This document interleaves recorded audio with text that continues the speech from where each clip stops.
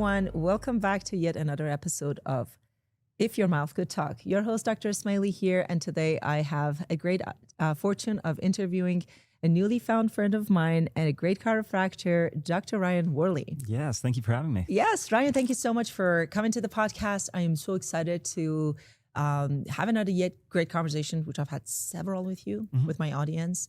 And I'm excited to see what we can both bring in as a TMJ expert, airway dentist, and a chiropractor focused on the areas that you are expert at, which I'd rather you talk about to our audience. So Ryan, tell us a little bit about you, your journey, and who you are and what you do. Yeah, so my journey is a little different. So I was going to school for criminal justice, actually. Yeah. And my dad was a police officer. I thought I was going to go that route. And then I was working at a juvenile detention center, and I just couldn't stand it. It was just... I think I'm too nice. I can't, deal with like all that kind of craziness. So you are nice. Yeah, thanks. And I did a lot of like rugby, and I played other sports. I had a bunch of concussions growing up as well. Yeah. And like I mentioned before, I didn't have any symptoms. My brain did really, really good at compensating for any of the dysfunctions that I had. And then it wasn't until when I was living in Vegas, I had a roommate who was one of my good friends. And I hadn't heard from him for a while. And so I ended up like checking in on him and I found him dead in his room. And ever since that moment, I had anxiety, depression, panic attacks, dizziness, chronic stress, like you name it, I had it. That's when I decided to go back to school because I didn't finish my criminal justice degree. Ended up deciding to go back to school for something that I actually enjoyed. And that's kind of why I chose chiropractic. I was like, I want to go something health related. He died by an overdose. And so I think it was an accidental overdose, but I didn't want to do anything with pharmaceuticals or things like that. I'm much more natural with things. I want to get to the actual root cause rather than just little Band-Aids. I can't stand Band-Aids. You and I both. Yep. And so I ended up going to school. I found a school in Dallas called Parker University, which is a chiropractic school. Ended up, finishing, changed my major to anatomy, and then have my doctorate in chiropractic. And then in, I think it's like 3 or 4 weeks, I should be finishing my master's in clinical neuroscience. Nice. So I fell in love with neurology. Chiropractic school is 10 trimesters long after your bachelor's. Yeah. And trimester 2, we were hosting a neurocon. And that's when I fell in love with neurology. I was like, wait, there's so much that we can do. I could actually help with my anxiety, my depression. And I actually went into school to kind of distract myself, to try to not think about all my issues that I had going on, and the trauma and things like that. And one of the things that I did realize, and we talked about this before with it being an emotional concussion per se, which I do like that. I do believe that so many of the dysfunctions that I had from the concussions, the physical concussions, I think my brain was able to compensate for it until it wasn't. And so I kind of dedicated my life after that point, once I was actually healing my own brain, that, this is so cool. It's not just about the Band-Aid of like, okay, let me just adjust your neck and then hopefully things get better. Obviously there's a place for chiropractic, and I love the fact that I'm a chiropractor. But I know that my skills and my expertise is just better with the brain. And that's where I truly feel like it's actually, my calling. I'm so glad you brought it out and you said a few things that I really would like to hone in on today, because we've had several conversations about concussion. When people think about concussion, thinking that it has to have a physical harm to the skull, which is my expertise area, orthopedically. But in fact, there is 2 other concussions you can name: chemical concussion and emotional concussion. Yeah. So I think the understanding of the concussion is the impact on the brain, the wiring and processing and brainwave production, and the chemistry around the brain, which obviously is impacted by how the cranial bones are oriented. Just a lot of distortions I see in the face, especially from birth to even just a minor hit. It could be pretty much anywhere in your body, and your body contorts. Yes. When the body contorts, this is all a connected fascial system. So somewhere where something can give, it will, to protect the most important organs. That's one area. And I never look at any 2 human beings and say they look the same and their patterns are the same, so they need the same treatment. There's 3 categories of health. Yep. There's 3 areas of stressor: toxin, thoughts, and traumas. That's what your chiropractors say. Yep. Love it. Big fan. Because when people say, I'm stressed out, we can relate to emotional stress. But we don't really understand chemical stress is a huge one. Mental stress is a huge one. Physical stress is all interconnected. So let's talk about the emotional concussion that you experienced because you were a good compensator. Great Until compensator. you are not. Until you're not. And that's the thing. So I can run my equipment. So I use something called a VNG, which is video nystagmography. There's 10 different eye tests in there because your eye movements can actually tell me about the function of every single part of the brain with those 10 tests, okay? So I can see cerebellum, I can see cortical, I can see brainstem, all those different things, and then especially vestibular. Tell me why that's important, because I constantly talk about that in my— Which part? When I talk about the eye position, when I do my face analysis, and I constantly say which eye is lower, which ear is lower, and then I drive that to see how someone is grounding themselves, which foot is dominant in gait cycles, and the way we walk through space as bipedal is all driven from how our brain stem first, and then our midbrain is perceiving left and right because we have to shift our body mass from one side to another to walk. Yeah. It's walking and breathing at the same time. And when there are parts of your body that you have no access to because your brain doesn't recognize them to process sensory, your motor is going to be debilitated from there. Talk a little bit about how the vestibular system and eye correlate to the cerebellum, which is where left and right come into picture, because that's super important. This is how you and I met. Yeah, we exactly. speak cerebellum and autonomics. Do, Talk a little bit about that, Ryan. So the vestibular system, I think, is one of the most important systems because it never shuts off. It's literally even activated when you're sleeping. And the only feedback that it really does have are the eyes. So when I look at you, we have something called a vestibular ocular reflex. So when I look at you and I move my head to the right, and I'm still looking at you, to maintain that gaze fixation, my eyes move to the opposite direction. So it moves left. Okay, so that's the vestibular ocular reflex. So with my testing, like I do a test called, that's just darkness. So I'm recording your eyes, you're looking just straight ahead, what you think is straight ahead. And we might see a drift in a certain direction. So say your eyes drift to the left, okay? I can assume that you either have something vestibular that's pulling your eyes to the left. It could be a weak left cerebellum that's not moving the eyes back to center. It could be an overactive right horizontal canal because, like I said, when I look at you and I move my head slowly to the right, or it doesn't have to be slowly, but when I move my head to the right, my eyes go to the left, which is activating the right horizontal canal, okay? So in darkness, when I have nothing to gaze fixate on, I might, and if it's drifting to the left, I might have an overactive right horizontal canal that's just pulling the eyes over here, okay? So because the vestibular system never shuts off, when it's dysfunctional, all the time, but especially when it's dysfunctional, it's sending signals to the amygdala, which is that fight or flight area, that there's some kind of danger. There's a connection there. There's a pathway there. And so because the vestibular system never shuts off, you're getting this repetitive stimulus to the amygdala that, okay, something's not right. There's danger. Something's wrong. The amygdala has connections everywhere. So the amygdala is going to give you symptoms. We don't treat symptoms. We treat the root cause. Correct. So it gives you symptoms of anxiety, depression, panic attacks, everything that I was experiencing with my trauma. It's because that amygdala that's overactive. Okay, why is it overactive? Okay, it's getting the signal from the vestibular system. Okay. Bingo. What you just said, you had all of those distortions in your cranial patterns, perhaps, and concussions, maybe some of at birth. The distortions was there and you were compensating well. And when you had the emotional concussion coming in and your amygdala and your hippocampus goes haywire. Yes. Now there's overfeeding of information into the anxiety center that truly now I know something is wrong, because you can't reestablish the same safety with what you already had. It's beyond what you can handle. The adaptive capacity is maxed out. And now your body is going into the chemical overdrive of cortisol production, anxiety. I can't sleep. That's one of the things you told me. Exactly. And the amygdala has connections to the hypothalamus, which is going to produce all of these, the hormones and things like that. So you got to keep asking why and keep moving back until you get to that root cause. And I mean, I tried meditation. I tried talk therapy. I would literally look in the mirror and smile at myself and tell myself everything is okay. And it helped to a certain point, but it only helped so much. You gotta look at what's actually dysfunctional.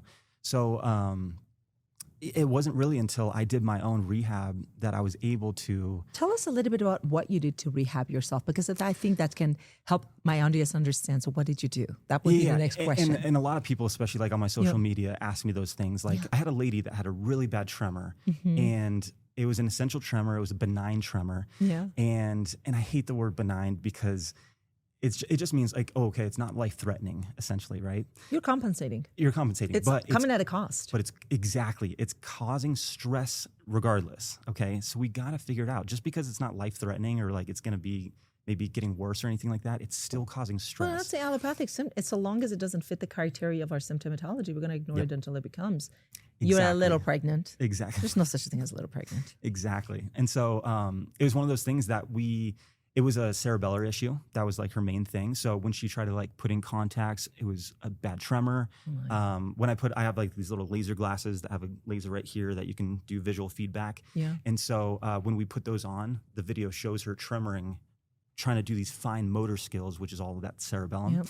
And we ended up doing counterphase figure eight. So it's basically just a arm figure eight in one direction.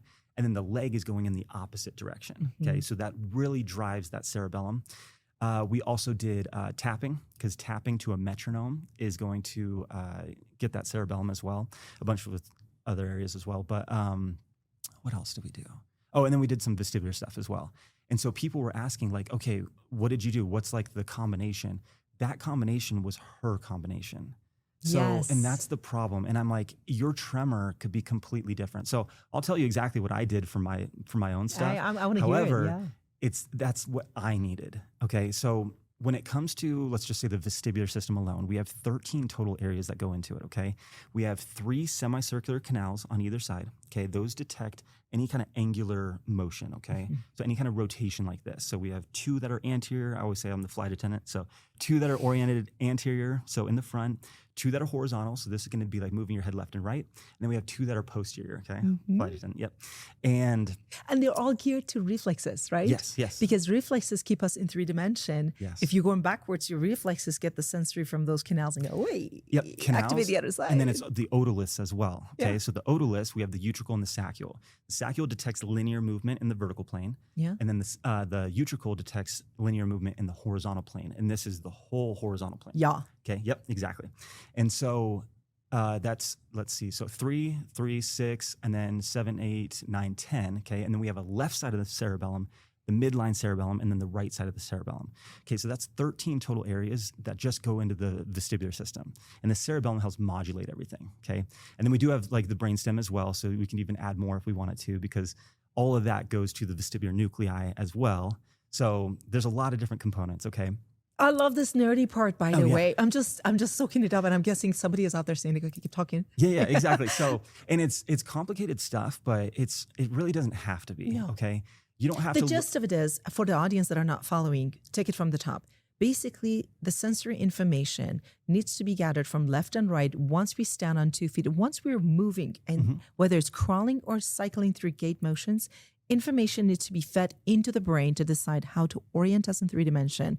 I have personally written a rule of 3B, survival rule of 3B, obviously after Bahar.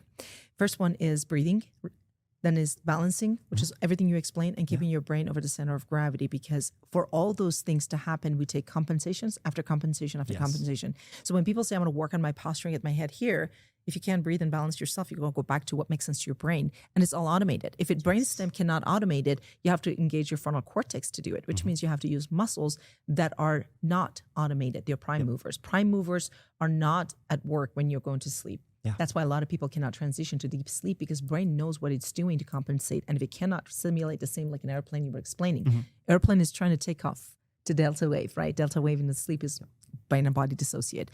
If all of those things that you do to compensate in a vertical position cannot be automated in a sleep, the brain already keeps a score of that, and it basically stops you from taking off.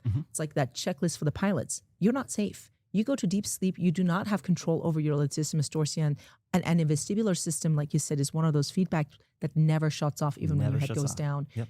And, I just want to make sure that everybody can follow through what we're talking about, because motor actions is everything to do with sensory. Yeah. And sensory is very much geared to the vestibular system and the ear canals. So let me back up then. Yeah. So the vestibular system is literally located on the other side of the eardrum. Okay. Yep. And so that's where the whole system lies. That's the hardware, is what they say. Okay. So that's the hardware that's picking up all this information of where your head is, where you are in space. Okay. All that information then goes to the vestibular nuclei located in the brainstem. Okay, so literally it's from the hardware down to the software. Okay, that's what we like to explain. And then from there, it has projections everywhere. You have the vestibular ocular reflex. You have the vestibular colic reflex. You have so many different reflexes. So if you have like certain tight muscles, for example, it could be the vestibular, type of muscle reflex that's kind of guarding because it doesn't feel safe. Okay. For example, I would get migraines all the time. Okay. Always on this left side, I would have so many muscle tightnesses. Okay. It wasn't until I figured out what was wrong with me. I had a left posterior canal issue. Okay. So, and what's funny is in darkness, my eyes moved down and the right. Okay. When I first did my testing. So my eyes went down and the right. If I move my head back into the left, but I'm still looking at you, remember the vestibular ocular reflex, my eyes in my socket go down and the right. Okay. So overactive left posterior canal can move the eyes down and the right. So I saw that on darkness, and then I also saw that on my posturography unit. So when you stand on there and it's measuring your balance, I was biasing front and to the right because we don't want to fall backwards. It is very scary for us, okay? So whenever we have like a posterior canal that's overactive, like mine was the left posterior canal, we don't have eyes in the back of our head. Our arms could barely go back there. We do not want to fall backwards. And when we have an overactive part, any little movement back like that is going to kind of give you that anxiety because you feel like you're falling backwards. And what is the compensation for it that we assume in our posture? Then we're going to then avoid the posterior canals by leaning forward. Forward posture. Yep. So like you were saying, we just got to fix our posture. No. Or put your tongue at the roof and breathe through your nose and your problems go away. But wait. That's all frontal lobe. Why are they in that forward head posture? Exactly. Dr. Charles Blum is one of my good chiropractic friends, actually wrote this article, The Many Faces of Forward Head Posture. And he explains, you show someone with a forward head posture to a podiatrist, let's say it's a foot problem. You show it to a dentist, it's an airway problem. You show it to a chiropractor, it's a trauma. You show it to a fascial specialist, they say it's a fascial tension. The fact is the accumulation of all things compensation produce that results. And the bias that you look at them will explain it to you the way it does. But what you and I are doing here, and truly the root cause is going to the brainstem and saying, why are you this way? Yeah. And if I don't know the answer to that, everything else becomes another umbrella and rain, because most of the time what we don't understand, we're doing subliminally. We're thinking that we're looking at different umbrellas and saying these are causing rain if you're inside the umbrella. But when you come in outside, and as a dentist, I can attest to what you're saying so much, because first time a patient told me an orthotic in their foot made their TMJ click go away, that was like a triggering moment. This is like a decade ago when I was just barely a dentist out of dental school. And I knew that there's a correlation between the two. And in my years of experience as a personal trainer, corrective exercises specialist, and understanding how the patterns of gait cycles are, it really brought the big picture to me that there's got to be a connection between our head and our tailbone. We're and every study that you see out there they put out is about other species that are mammals, but their patterns of walking is just different than us. I mean, apes and baboons are the closest that comes to, right? If you want to the Homo erectus, that erectus standing on 2 feet, they have a long tail. There's a huge advantage. Like you're talking about sensory, their tailbone and ours completely different for good reasons. And when I see postures that are completely contorted in this jammed in either lordotic, kyphotic, forward head posture, to be able to explain how someone assumed that posture, pitch, roll, and yaw, top to bottom, front to back, left to right, we have to go to what does the brain use to make that. And in my world, I narrowed it down to vestibular system and cerebellum. That was the first time we met, and I felt like I've known you my entire career because we spoke beat to beat the same lingo. You got to look at what's the most constant, okay? Yeah. A lot of people are like, oh, it's the feet. You're only on your feet so often. Yeah. The vestibular system it never shuts off. And for good reason. Exactly. It's helping keep us safe. And so, and I did want to ask though, when that patient said that, you know, with the feet thing, with the TMJ, were you receptive to that? Or did you be like, no, that doesn't make sense? Or no. Like that? I tell you what, Ryan, patients are the reason why I'm here. And I left clinical dentistry. Yeah. Because, and being open-minded, that's another thing. We come out of school, and I think you can speak to this truth. We come out of whatever schooling we go to with a set of bias we were handed over to see the world from the lens we're given.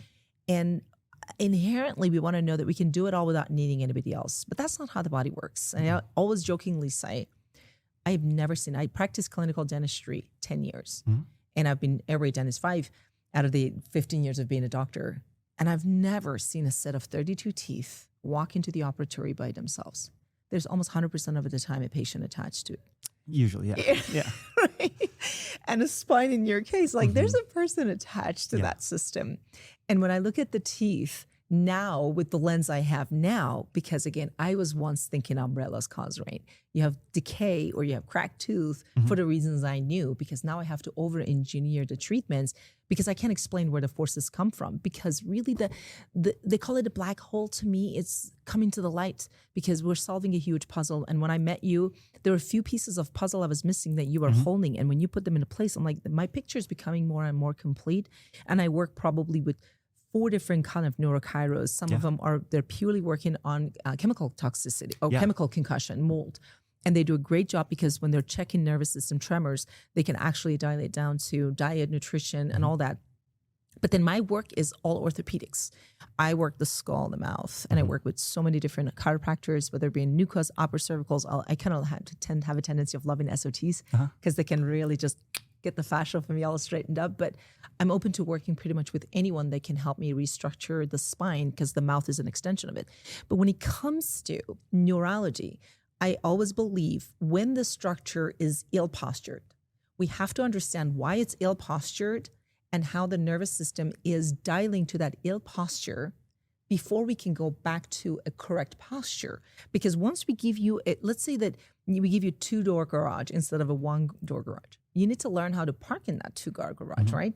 The fact is, a lot of things we're structurally changing, it does not quite follow with, let's go retrain the brain who had to survive when we didn't have all this beautiful, amazing posture. Correcting the posture without getting the nervous system to come online and on board, to me, is just leaving the door for a new set of compensation. We take one symptom out of it and descend the second problem to the area that I don't know. From where I see the world, I give you a beautiful area and tongues at the roof, but I don't know that your tailbone is off and I know your neck. You don't come see me for that. That's the reason. And I love more than anything understanding the symptoms, where they are connected to the systems. Because once we focus on systems, oh my Lord, I have seen patients that they were declared disabled, and I have seen them walk within 6 months of this sort of treatments, non-invasive. Yeah. No surgery, No drugs. no medications, diet changes and lifestyle changes and correcting structures. And it's not temporary. No. That's what's amazing, is what we do is not temporary. Like I can give somebody exercises that they have to do to kind of re-hardwire these pathways that are broken essentially. And they only need to do it for a certain amount of time to rewire them. And then that's the preferred pathway now until they get another concussion, whether it's emotional, chemical, or just life physical. happens, right? Life happens, but then we just do it again. And it might be something new this time. You might not be able to do the same exercises. So we would need like a new I want to go back to what you did for yourself, because now I think everybody has a good framework to understand. And I'm sure people are just like, you never got to the point. I know, right? Let's just bring it back to, because I'm telling you, I love talking to you and I love the nerdy part. Yeah. But really, what did you do? Because we know that you had some form of distortions in your dorocranial meningeals, lymphatics, what have you. Maybe your breathing was dysfunctional. Probably. But then the secondary set of symptoms that came in, that just was that last drop that overflew. Yeah. What did you do to bring you back to the state of? So my biggest things were definitely vestibular. Okay. And I want to mention that vestibular is your balance system, right? You don't have to just have dizziness and vertigo to have a vestibular issue. That's just some of the symptoms that you might be experiencing. So people with vestibular issues, they might be, I don't get dizzy or anything like that, but they might actually have anxiety instead, or panic attacks, or, when I'm in crowd, I like social anxiety. That's a visual vestibular issue. Whenever it's like social anxiety, that's a lot of movement that's happening that you might perceive, that might kind of pitch you in a certain direction. Okay, so what I did was I had a right cerebellum issue. Okay, still strengthening it to this day. Explain what right cerebellum issue is. Like, how did I figure this out? Yeah. So that's part of the reason why my eyes move to the right. Okay. Also, it's a vestibulocerebellar issue. Got it. Meaning it's the correlation with the vestibular system and the cerebellum. So it's how the cerebellum helps modulate these vestibular movements. Okay, so I can do the vestibular movements on their own, but for me, it works so much better when I add in like a right arm figure 8, which is a complex movement, which the cerebellum likes. Okay, so I also had a neural integrator issue, which is a bunch of different brain areas, specifically the vermis of the cerebellum, so the midline of the cerebellum. And on the VNG, I have. Is it near the optic chiasma?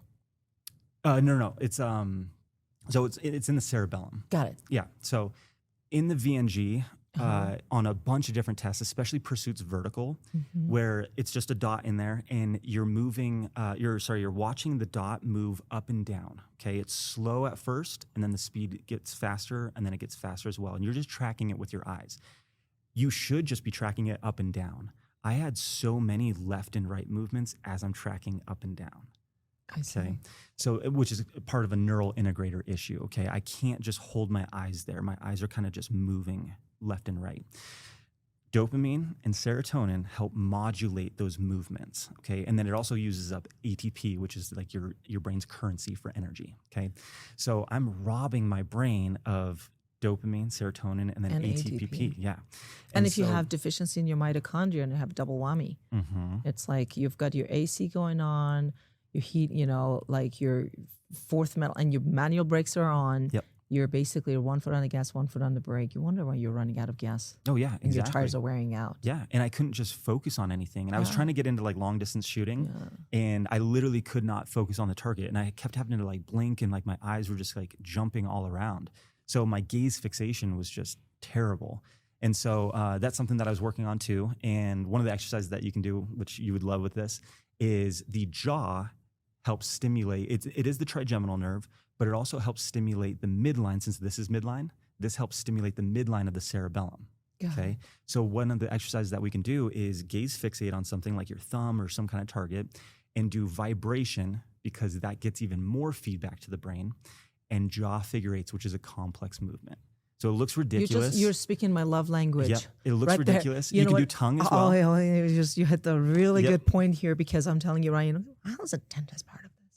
Right there, you said it. Oh, yeah. So when I look at midline of the face, and I always do my facial analytics, and I say, where does the mandible go? And this is a really important point, because when I look at what you just said, when I look at your posture, your ear is down and your eye is high. In my world, what is your cerebellum doing to control your head, and how does your mouth fit into it? Because all of this sensory information goes into the head, the cerebellum, to know how to orient your head in three-dimensional space, and teeth are the neurological organs to do just that. So we have our front teeth touching first when the mandible is moving, and then first molars are the first proprioceptive that should come in contact to basically tell the brain how your Achilles with the foot are oriented to your head. So if I see that your head is shifted over here, I know the vestibular system that guides you is the one that's aligned with your ankles. Yeah. And if your mandible is following that, then you're stuck in that. But if your mandible goes to the opposite direction, that's a secondary line of compensation, which is always what I'm saying. Math isn't mathing. Yeah. If your head is down on this side, your mandible should technically follow that. But if it doesn't, that tells me that's another compensation you assumed. Now, that patient get an emotional trauma. The cerebellum that's working this hard to coordinate you in 3 dimension has to figure that in, because that's also messing with the neural wiring that's already established, and it doesn't fit because it's not a pattern, it's a traumatic event, and there's no rewiring. It's almost like when we hit COVID, they always kind of go back to that. Our society in general, probably our functioning as a society, like different segments, came into a screeching halt, because now we have incurred something that was unexpected, was supposed to last two weeks or 2 months. It's 2 years. So it was becoming our new norm. So a lot of times what I see, patterns of compensation that don't make sense. They're not the common compensatory patterns that I see. If they're not moving through space with compensation at a cost, they are driving the car with 1 foot on the gas, 1 foot on the brake. Yeah. If you add one thing to the system that's at the edge, literally at the edge of compensation, you throw them overboard, it would be a minor concussion. One of my patients, I did an interview a while back, he came from England.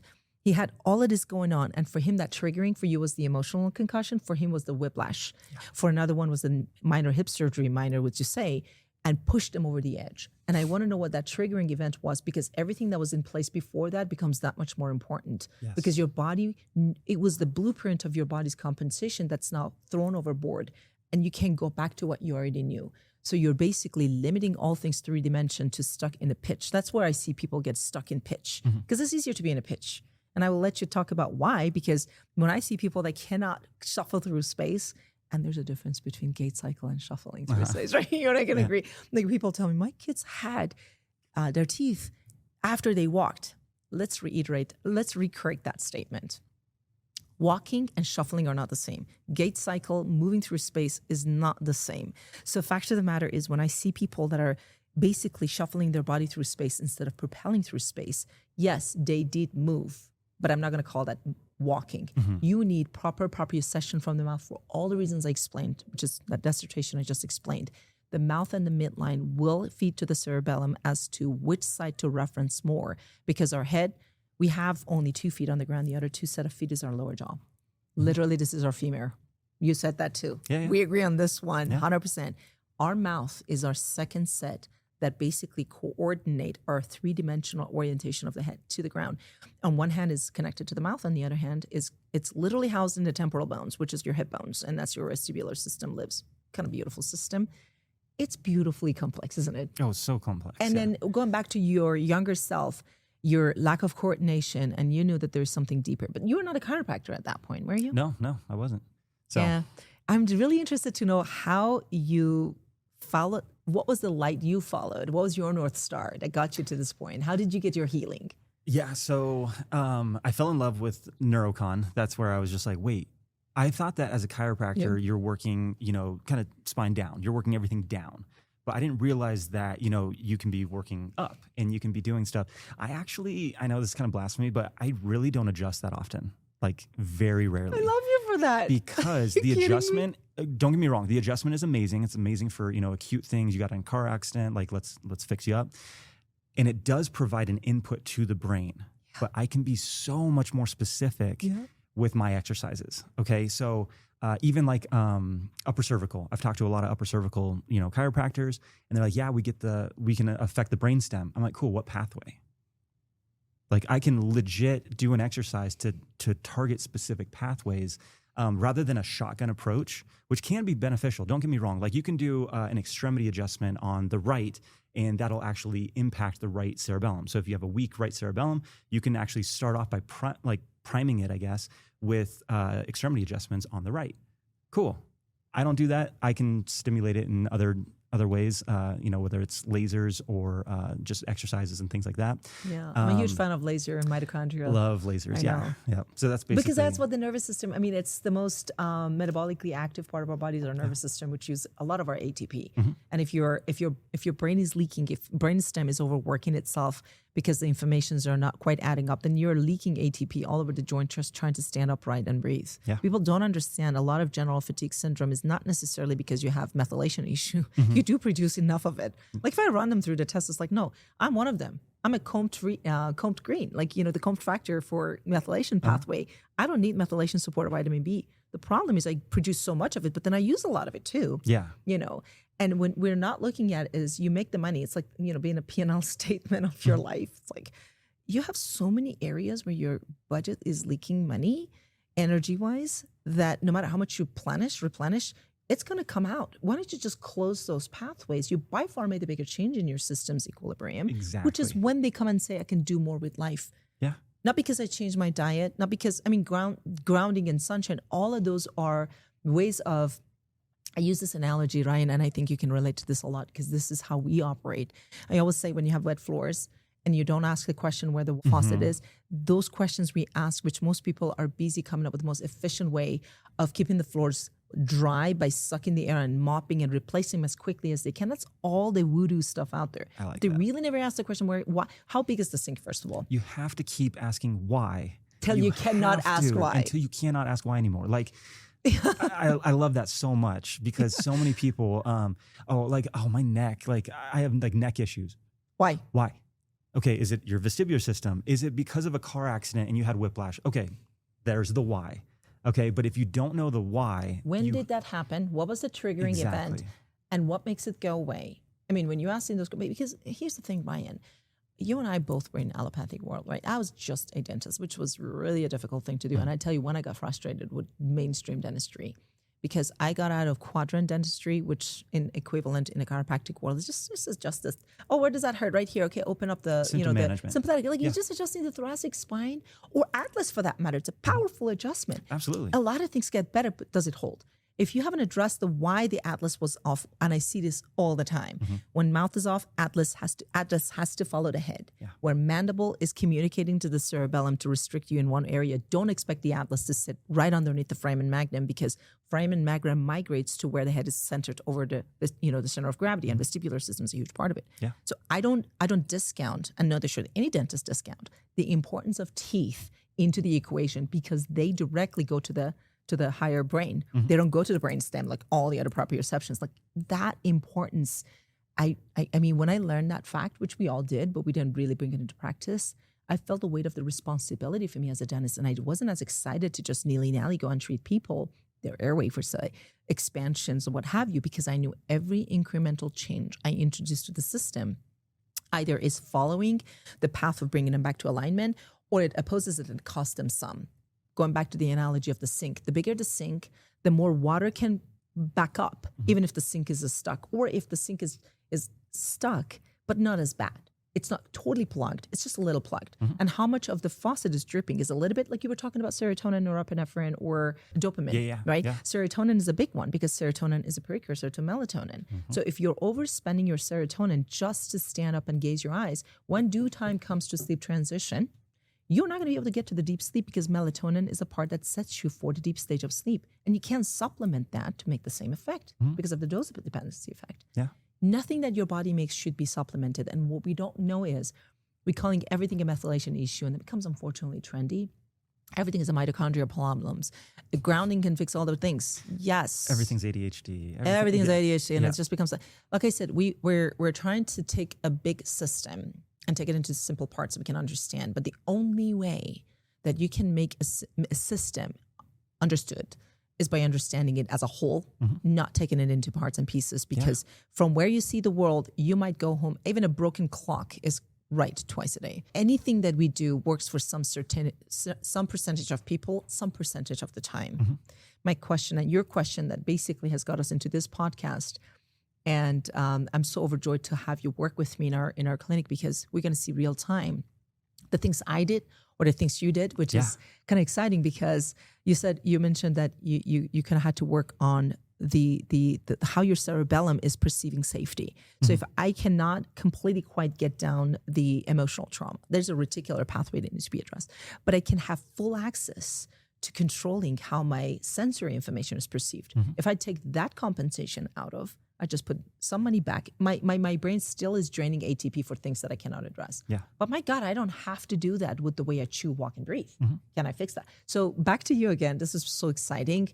And I want to promise everyone, we're going to get to the bottom of what happened to Dr. Ryan's healing journey. Yeah, stay tuned. So you stayed with a system that was basically neurology based for your proprioception, cerebellum work, and how you can get your eyes and your ears say the same story to the cerebellum, so it doesn't have to spend money energy-wise. Exactly. Depleting you. Exactly. Right. So basically it's a matter of my brain and my body was producing enough. I just was using too much. I was spending too much money, essentially, like you said. Yeah. So that's the name of the game. A lot of times, like when it's, and I'm really curious about this and I want to do more research on this, but when it comes to Parkinson's, like my grandpa actually passed from Parkinson's, I want to say like 3 or 4 years ago. And so it runs in my family, things like that.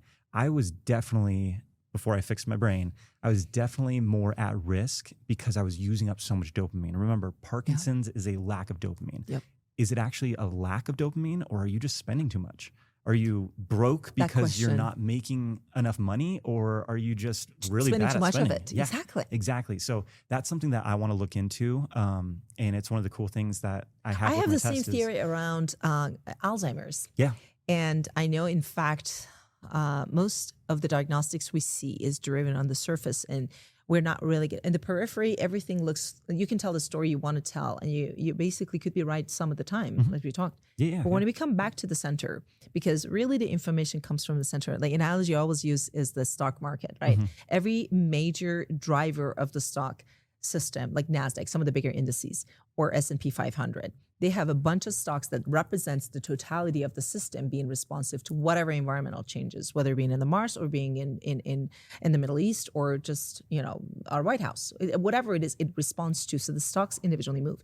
When we are looking at periphery symptoms, as you said, we're looking at individual stocks. Yep. Okay, so individual companies may or may not do well. Maybe the tech company is not doing well, or maybe consumer-related stocks are not performing well. That's not the major determinant and the driver. The driver is NASDAQ. Yeah. If those are not doing well, that's your autonomic nervous system. So if your NASDAQ is stuck in a sympathetic or dorsal vagal, why is that? And that's the question. The why becomes, okay, let's put our initials out the door, because if I have to explain why your nervous system is stuck in a sympathetic overdrive and all I know is obstructive sleep apnea or TMJ problem, I have to fit that within the few boxes I have. But when I put the bias of just being a dentist out the door and knowing that I have full access to all the other people that are contributor factor to it, like a vestibular system has been the point of my diagnostics for as long as I've been an airway TMJ doctor. Yeah. But one thing I did not understand is the actual contribution to the information processing, the way you described it. And when I opened that, what we call a can of worm, but I think it's another segue to more light and getting the big picture, is that what really gets the brain, the fact of safety. Because the most important thing we ever do, Ryan, the most important part of our life is the part that we spend in bed, in sleep. Yeah. We all agree on that. I'm in the business of sleep and I work with sleep doctors. Sleep and breathing is my field. And what I know is there's more things that impact that 1/3, and the quality of that 1/3 determine the other 2/3. If you're not going to deep sleep, if you're not getting the delta wave, nothing else matters. You're basically never fully awake, never fully alive, And then asleep. the lymphatic system's The not lymphatic working. system and the Alzheimer, like this is on the rise, and we know why. Yeah. I mean, we keep saying the why because for ability of the brain to establish safety, to allow you to drip down to the delta, and a lot of great things happens in delta waves. One of them is upping up our lymphatics, CSF reduction. Yeah. It automatically goes up by 40, 30%, and a good reason, because that's where the brain flushes all the toxins out. One of the things I focus on in my clinical research and my practice is how I can actually utilize the structures of the mouth to improve the lymphatic functions. And it's beautiful to see minor changes in the mouth, fourfold impacts on lymphatics. And it's unreal, Ryan, unreal. Yeah. And when brain does not have to overwork one area, it dedicates more energy to other healing areas, right? We can't heal when we're surviving. Yep. And it didn't take, it used to take a lot longer. And the more people like you I work with, I feel like my efficiency has gone from a year treatment to month, and now it's down to literally weeks. Yeah. People are out of pain. Because you're more specific. That's it. You're not just blindly trying to treat different things. You're not chasing symptoms. I always tell people I don't chase symptoms. I chase the findings on my test. That's it. That's it. And narrowing the objective to what it really means something. Like you and I had the conversation yesterday, and I love my toys in the clinic. Who doesn't? We're clinicians. I want to see what change. And sometimes we're chasing the answers we want. Let's just be honest about it. We are all biased. I want to have flying colors every time. But the times that I learned the most is when I didn't get the answer I expected. Because of course. That's my own reticular. But that's the fun of it. Oh, you know what it is though? It's a mystery. I actually made a post last week and I said, what we are lacking in our system, in our school system, and in our life altogether is lack of convenience. When I can get the same prediction, speaking of dopamine, oh my gosh, I get the same result again. It makes you feel good. It's when I'm challenged to not get the same results that makes me think that there's another possibility. Yeah. And that exercise, that pain of, I got to go through, that's not fun. But then I learned something new I didn't before. And then I go back and look at myself a year ago when I didn't know what I know now. By far, I'm a more specific clinician rather than a sensitive clinician. Sensitivity is, I can divide up people and say this one is purely obstructive, this is purely central, or this is purely biochemical driven, or maybe a combination of it all. It's a vague, something here doesn't work. Okay, we got it. Narrowed it down to between the three, it's one of them.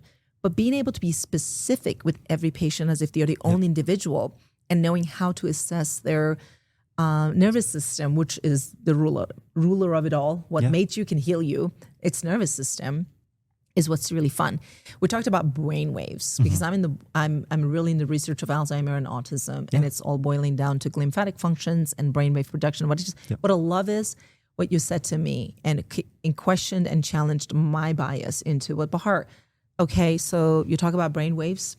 great. Why? I was like, boy, it's fun to do this analysis. Exactly. Why are the brain waves off? Like, you got to keep asking why. Yeah. And yeah, oftentimes it's because of these neural pathways that are dysfunctional. And why are they dysfunctional?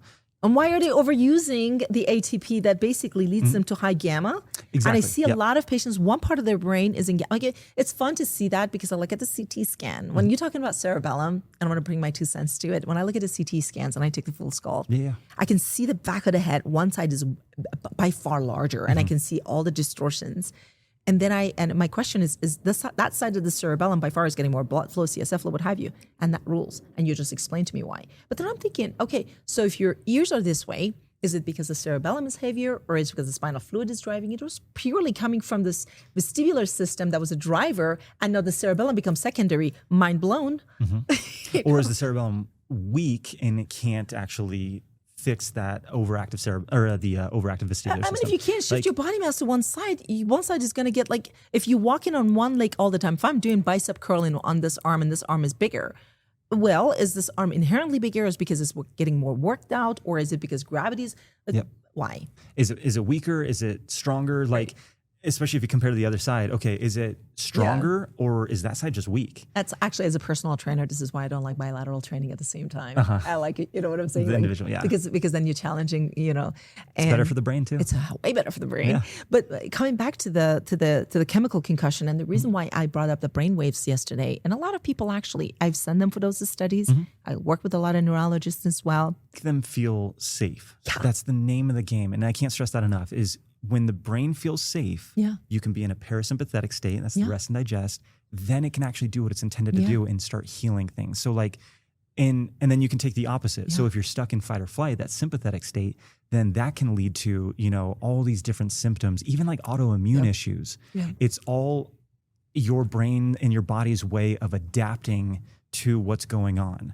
So you take away that stressor and you put somebody in that parasympathetic state, then, the healing happens in parasympathetic. So what you're doing, and I'm just taking away some of these main stressors. So when it comes to the vestibular system, that's a main stressor that is so constant. And it's a silent one, Ryan, because I used to call it pathological versus dysfunctional, because I think in a dysfunction, you're able to compensate. It's just costing you more.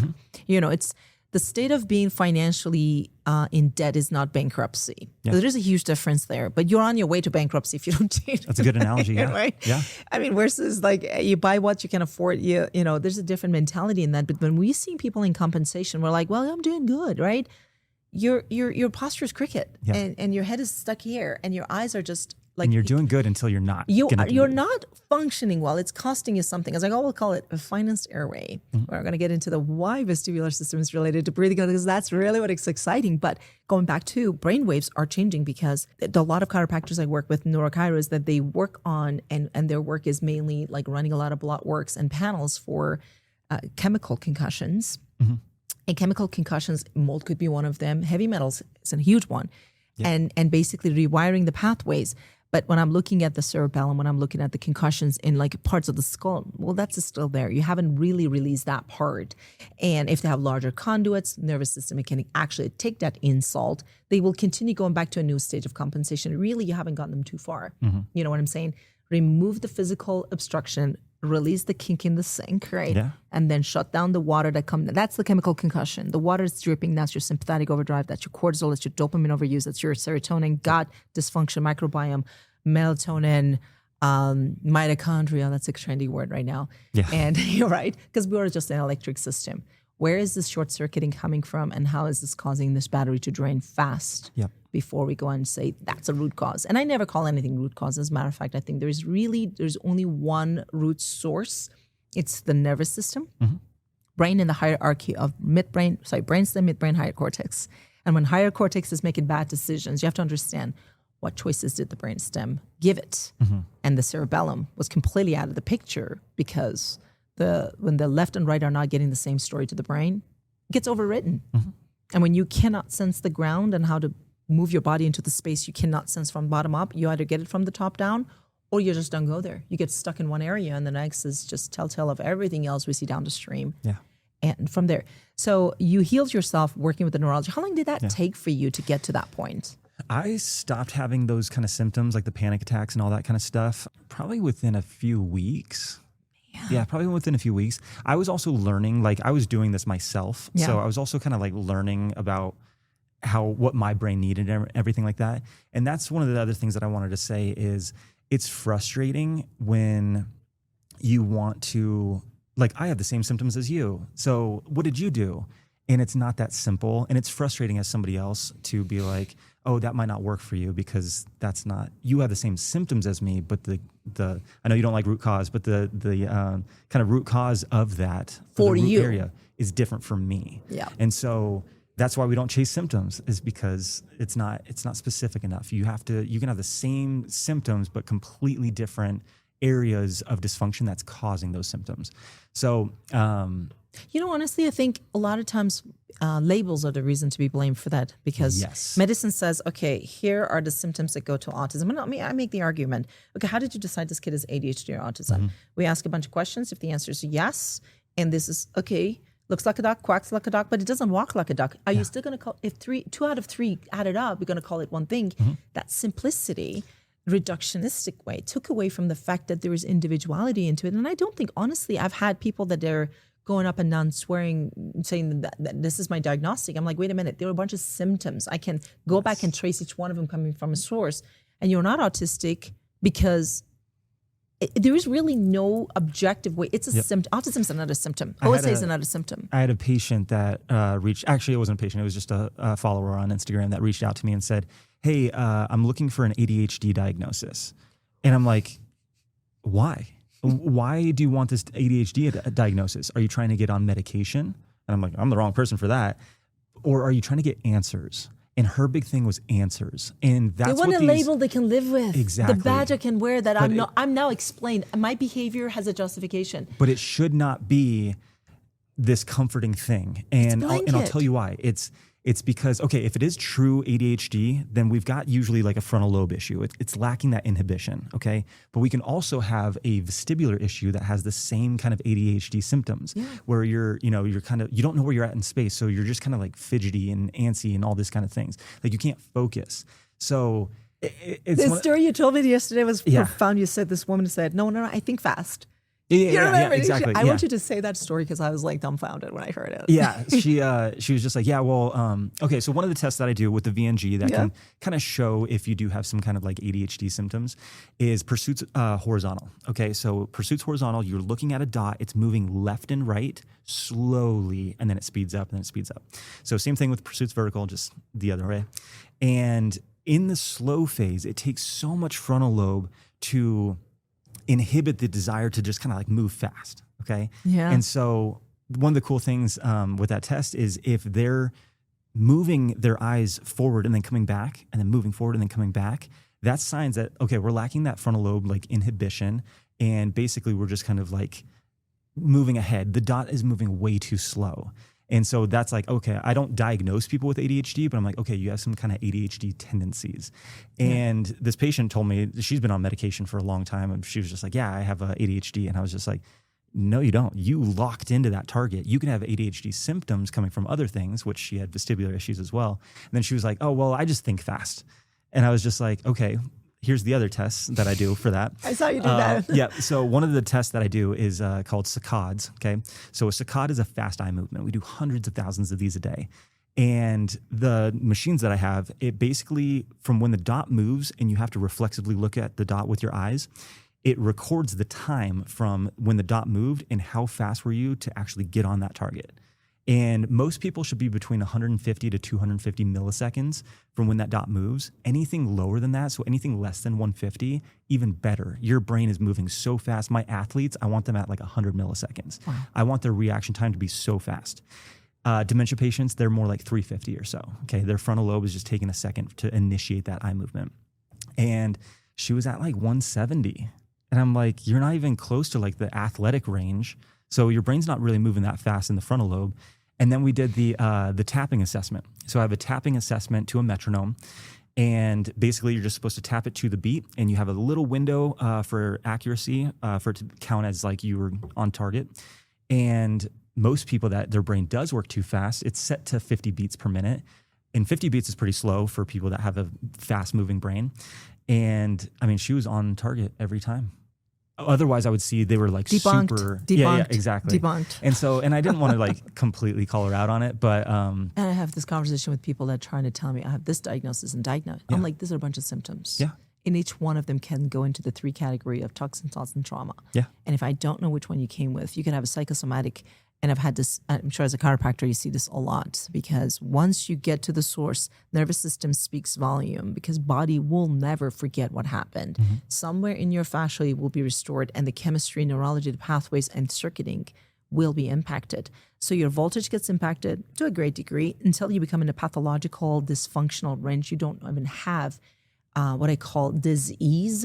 Disease is not like health and disease are not opposite of each other. It's just a spectrum. Health is when you're compensating at a range you can comfortably, afford. Like if you have $3 million in the bank, you make $100,000 mistake, no problem. If you have $200,000 in the bank and you make $150,000, that's going to be devastating for your financials. Same thing with your system. If you have otherwise access to good nutrition, you're eating electrically charged food, not processed, not coming from, like artificial lights. Truly the mitochondria, your genetic cards you've been handed over was processing things properly. You have an emotionally stable place. Like you're not getting any other impact on your health. The orthopedic does not really impact you much, which is what probably was your story growing up. Although your orthopedics were out of line until you took a huge little withdrawal emotionally. Your body did not go into haywire and saying, I am now not okay, because I could compensate within that range. And you just took a big, and you got a call from the bank. Yeah, basically. Yeah. So there's this doctor, he's a naturopathic doctor that I follow called Stephen Cabral. Yeah. And his big thing is the rain barrel effect, which is basically exactly what you're saying. So when it comes to toxins and all the other kind of things, it's kind of like a rain barrel where you're fine until it starts spilling over. And so that's exactly what you're saying. Like, okay, my rain barrel, it's only here. There's only water to, the first little bit. I'm good. My brain's compensating. And then it gets to that point where you just can't compensate anymore. So I can do my exam on anybody and see dysfunctions. However, unless you're actually symptomatic, most people aren't going to want to do anything. They're not going to try to be proactive about it because it's not a pill that I'm giving them. They're actually exercises that you have to do. And that's kind of the hard part. People are wanting because this we're comfortable. Diagnosis. Comfort is the enemy of wanting to do better, because we're in a comfort, and convenience has become our curse, because we want things fast. We want them now. We want to walk out with a solution and make it go away. Yeah. And it's like, well, your body did not arrive here overnight. And it's not true healing at that point. No, it's not. And like I said, for just wrapping it up at this hour, is that, because I want to make sure that people listening to this understanding, like, how does this all fit into because you have no idea how many times I've gone to the drawing board and saying, where does this information fit into my big puzzle? Because I'm still solving the puzzle. And when it comes to nervous system, there's particular NASDAQ indices that I put into it. There are metrics that body can override, and there are those that don't. If gut doesn't function, your brain is heavily concerned with that. If you can't breathe, if your cerebellum and vestibular system are not, you're not a bipedal species. Your vertical erect posture is basically a huge anxiety producer for the brain, because when you go into horizontal, you're basically shocked, because we work better with gravity than without.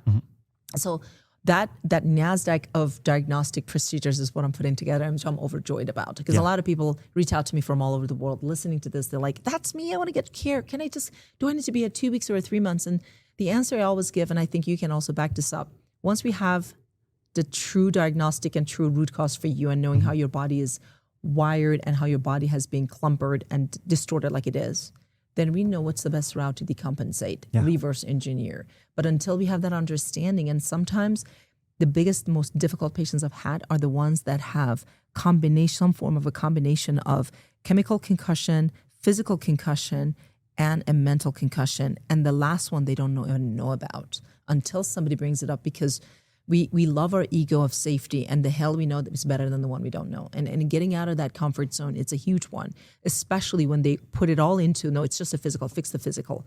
And I know when those patients come along, it's like, no, there's a lot more to the story. We can improve this, but if there's that wiring and that neuroplasticity that gets shaken up, your body will not be able to go back to what it knows mentally, and everything becomes that much more devastating for the system. I'd rather not touch it and let it just be in a compensatory mode that it is, rather than in the pursuit of making it better, leave stones unturned that's going to come and haunt not just you, but I've seen things getting worse, Ryan. And to just say, okay, I can talk to you for another 3 hours, and I'm sure everybody's soaking it up. Yeah. And the good news is we're going to be working together. So this will not be the last time we do this. And I'm hoping that we can produce a lot of behind the scenes of real time. I have some footage of you yesterday that I'm going to post on our channel. But more importantly, I want to bring it down to share something valuable with my audience, whether they're parents, whether they're post-concussive patients, whiplash, injury, or someone who had a traumatic event in life and they feel like they're hanging on the edge.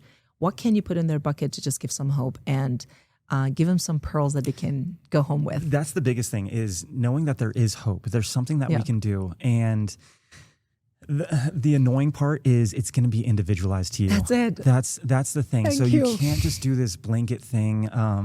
So, I mean, I can give you some exercises to like try to do, and it might help a little bit, but chances are we need something more specific. And so I'll give you like a little exercise. Can I look at the camera? Of course. Okay. So one of the exercises, and you may want to to give a verbal cue for those that are listening on podcasts, like an audio for sure. podcast. Yeah. I'll talk. Yeah. Okay. So one of the things that you can do for the vestibular system that most people can benefit from, and if you want to go to my Instagram page, I have two videos I think on this as well that you can see. So basically what we're going to do is we are going to take our thumb out in front of our eyes and just at eye level, and then we're going to take our other thumb out about chin level, okay? We're going to look at this top thumb. I'm going to wiggle it right here. So we're going to look at the top thumb and just stare at that top thumb while we slowly bring our chin to our chest, okay? It has to be slow. So bring the chin to the chest just like this. Then once we get to the bottom of the movement, pause there for just a split second, and then move your eyes to the bottom thumb. So now I'm going to move my eyes there, and then we're going to move our head back to neutral while still looking at the bottom thumb. Okay, so I'll repeat that. So I'm looking at this top thumb. I move my chin to my chest, and then I quickly move my eyes to the bottom thumb, and then I bring my head back to neutral, and then I move my eyes again. Okay, so that's called vertical slingshot saccades. Remember, a saccade is a fast eye movement, and so it's kind of like the vestibular ocular reflex mixed with a saccade. So this can be, beneficial for most people, and it's something that you can do about 10 reps. So down and up is going to be 1 rep. Do about 10 reps a day, or multiple times a day. It could be 2 to 3 times a day, and it has to be slow because remember, your vestibular system, one of the main feedbacks that it has are the eyes. And so we're kind of recalibrating that whole eyes system. are the best. Eyes and, by the way, mouth are the two that we can compensate with the most because they're googly and mobile. And yes, as a dentist sitting here and someone expert in all that, because really what we just said in the last hour is the story of how nervous system came to being and how we went from a fully sensory human to a motor sophisticated, moving in 3 dimension on 2 feet, think and speak. And a lot of things that's lacking from environment has had us led to the point we are at right now. And our goal as practitioners to heal the bodies, and I think that is truly the way, is to reverse engineer the body back to not doing all that compensation. And what it takes for every individual, it's the diagnostics we want, and we are huge on that. We're narrowing it down. So that's all great. The hope, because we want to extend it to as many people in their own neighborhood rather than flying out to Colorado to see it. But thank you so much for joining in this episode of If Your Mouth Could Talk. I hope you took something from it that was beneficial, that you enjoyed my company, Dr. Ryan. I sure did. And with that said, you guys have a fabulous day and stay healthy.